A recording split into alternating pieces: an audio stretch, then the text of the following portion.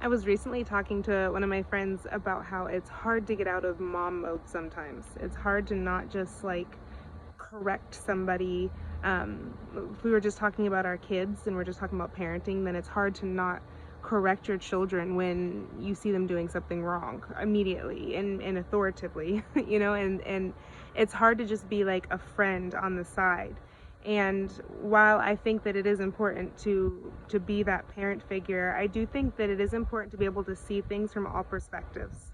So we were talking about how it's hard to just jump out of that character and how could we better jump out of mom character and also come beside our kids and be better listeners, and one of the things that I was sharing with her is that Jottie and I did this thing a while ago. We were talking about how we have different modes sometimes. Sometimes we're talking to each other, and if we go down a certain rabbit trail, it might lead us to like a conversation that we don't really need to have. And that conversation might be trouble for us if we're looking at it too personally, too like maybe we're looking at the same event that happened 7 years in our marriage ago, and we're looking at it from our own perspectives, and we're both triggered by what happened, and now we're fighting about the same fight we had 7 years ago. And so the way to kind of rise above that is to be able to have conversations where we'll be like, okay, this is therapist mode. And therapist mode meant for Jottie and I, like this is the mode where we're there for the other person. Like like we're not listening through ears of this like personally and how this affects me, but I'm listening through to what you're saying objectively, and I'm hearing what you're saying.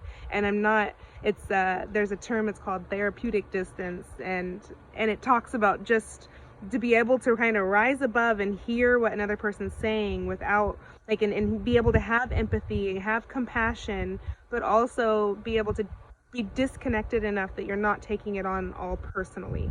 um, so anyways, when we were talking about the mommy modes, it made me think about that too, just having that therapy mode that we would have that helped us communicate better. Because once we realized like, okay, hey, I need help thinking through this thing, I'm gonna maybe use stories that happened a long time ago, but I need help thinking through it, so follow my thought process. And when we were honest about that going into a conversation, we were able to communicate so much better and really get to some of like the root of our struggles, or the root of our disconnects.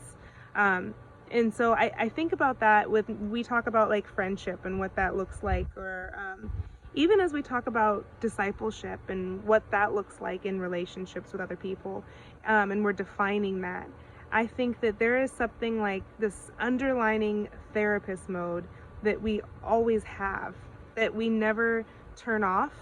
And I think in that we're always the student and we're always the teacher, because we're always remembering that you're there for another person. You're there to be able to help another person get their thoughts out, help another person grow, boost another person up, encourage another person. That's what you're there for. Knowing as you're going into it, this person's going to encourage me. This person's going to boost me up. This person's going to also do the same to me, because that's what we do. And even if that other person looks like they're hurting you, you don't know how God is using that relationship, that conflict, that argument, that whatever it is, to work it out for his good and his glory. And in hindsight later on, when you're looking at the situation with therapeutic distance, you'll see the same thing. You'll see, oh, okay, from this distance, I can see how God was working all these things together. But sometimes we're so close to it, we're so personal, we're so triggered by whatever it is that we're working through in whatever relationship it is, it's really hard to see that. So just to encourage other people to maybe look at some things a little bit more objectively, maybe decide to switch things off a little bit and go from this therapeutic distance. And how you do that is to be able to not look through it through your own eyes, but as you're looking through or you're listening to another person, listen to it as you are listening to a brother or a sister.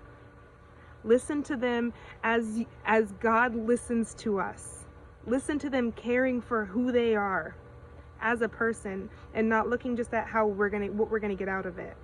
Listen to them being willing to be taken advantage of, and whatever that looks like.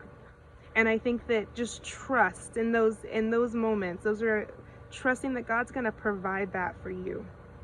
He's going to provide for you all of your needs. You don't have to protect yourself in such a way that you stop listening to another person.